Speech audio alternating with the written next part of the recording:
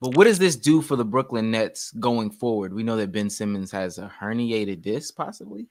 They're gonna need him. They're gonna need him. Listen, I thought they should have tanked because Sage knows my theory, but I guess not anymore. Stupid theory. I'm trying to tell you. That's a dumb theory. What's the theory? Bro, Well, let him say okay, it. so prior to today, Kyrie could only play road games, right? So I was like, all right, if we're going into the playoffs, get the lowest seed possible so you can get the max amount of games with Kyrie on your team. So, game 7, you're not going to be at home, but you will have Kyrie. This motherfucker said lose the first game of the play-in and bet all the marbles on the fucking game. Let's get a 17. You didn't have to, you know what I'm saying? Oh my God. Get the lowest seed as possible, but don't miss the playoffs. Jesus Christ. But nah, man. I mean, wait, what was the question? What does this do for the Nets? Like, what's the outlook like? Damn, I mean, I'm already happy. Another thing I'm happy about, side note, is that now I don't have to do Kyrie's not going to play his games, bro. Now I can just talk about the Nets. Thank fucking God.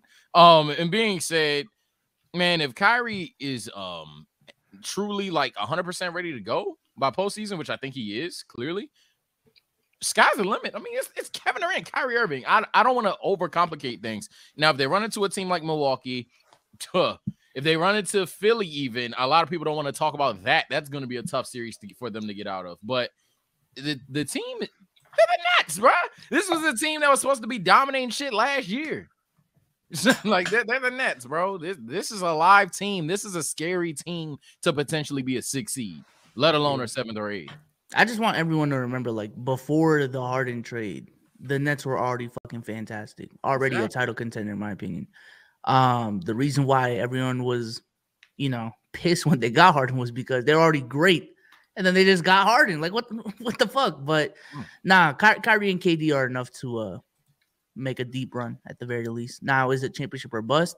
I don't think so, but this is gonna be a fun team to watch. Hopefully, Ben Simmons gets back too during the playoffs. But is he?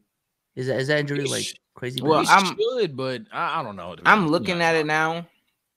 They're saying the timeline is unclear. Brooklyn Nets star Ben Simmons has a herniated disc in his back. It's I don't know. They're saying Steve Nash remains optimistic, but it's looking real shaky. Also, James Harden is a bitch, bro. Oh wow, man, what's crazy? Couldn't put it better myself. Wow, but what's crazy is though, even that, even if we're talking about the lack of Harden and the lack of Simmons, even man, having Seth Curry, Goran to a much lesser degree, granted, guys like Patty Mills, Bruce Brown playing out his mind right now. Yo, offense all day again. And like they lost Joe Harris.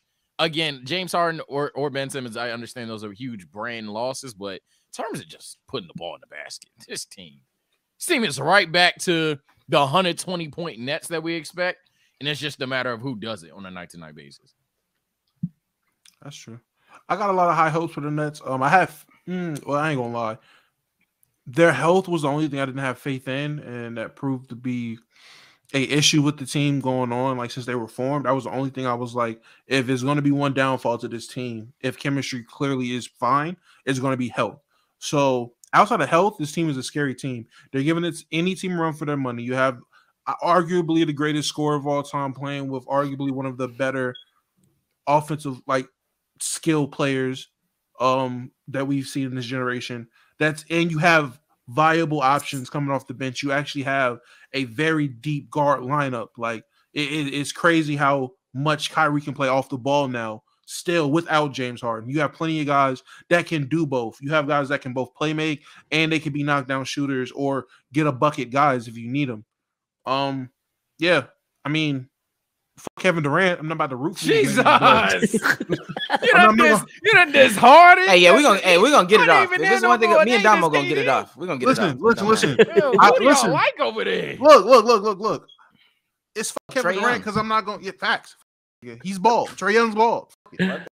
Yo, you fucked up the Knicks though. I ain't gonna lie. That was crazy last night. The Knicks. What are we talking about? I'm just saying. I like basketball. Fuck you guys. You got great value Carlos Boozer getting crossed by Trae Young. Like Todd Gibson is a great value Carlos Boozer. Great value. I'm not worried about none of that. That's crazy. What's it called? Oh, I was saying James Harden because all all that crying that he did during the trade and all the concerns and stuff, they're gone now. Like they're truly gone. And again, I'm leaning more towards Kevin Durant's words of we finally got guys that want to be here. You were crying, dog. I don't know anybody who was uncertain truly about Kyrie Irving not playing this season at home or away games. You're a weirdo. But you want to do what you want to do. You want to jump ship when things get a little tough. And I hate to be that guy. I sound like these old people that First Take keep bringing on nowadays. But you want to jump ship. Shot fired. You want to jump ship when things get just a little bit tough, bro. I don't understand. Like you're a weirdo, bro. I can't rock. Personally, he's cool. I can't rock with James. Like, and I see why certain people feel a certain way about James Harden and stuff like that. Like I truly feel like Kevin Durant looks at him just a little bit differently now. Like, yo, bro, we felt like that OKC situation did not work. And we mended that. We got together finally. All you had to do was stick to it just a little bit. But you decided I want to jump ship. And quietly at that too. Like that's a weird nigga, bro. Yeah, it's a lot to be determined. If I don't fucking know what happened, obviously. None of us would say we know everything. If how Omar saying it is the case, that is tough. That's just like I'm not saying I'm like the most street nigga type shit, but that's just my background. Like that's not what you do. that's just not what you do. But if it was more like what I and people have called me a Harden fan for even arguing it, but I've always thought he really wanted to go to Philly. I've thought that was just him day one when we were photoshopping Ben Simmons in a Rockets jersey. I thought that was always the agenda, and at the end of the day, he was geeking out. Things weren't going peachy at fucking Brooklyn. He was just like, yeah, I don't even like it here anymore, man. I feel like his heart was always in Philly. Yeah, I feel like yeah, he had an L reason to back out anyway, truth be told, but I feel like he just always wanted to go to Philly. So that's my only thing. But even then, yeah, I would agree somewhat that he kind of threw in the towel a little early once shit started hitting the fan. If Kyrie was playing all his games, Kevin Durant playing all his games, one, the team's clearly not even losing as much, but two, yeah, he's probably still in that. So do y'all think he was comfortable actually playing the role he had to play? That's a good question. Him not being able to be James Harden, essentially, like the him James having Harden to be the diming ass playmaker, and he still has to do that, but he's doing it to Joel Embiid on the pick and roll. That's like what he did. Well, not even that. He definitely has to be. He has to be a playmaker still, but playing with Embiid is going to want Harden to be Harden. So he's going to be able to still be himself. Like Harden's always been a playmaker. That's never been an issue.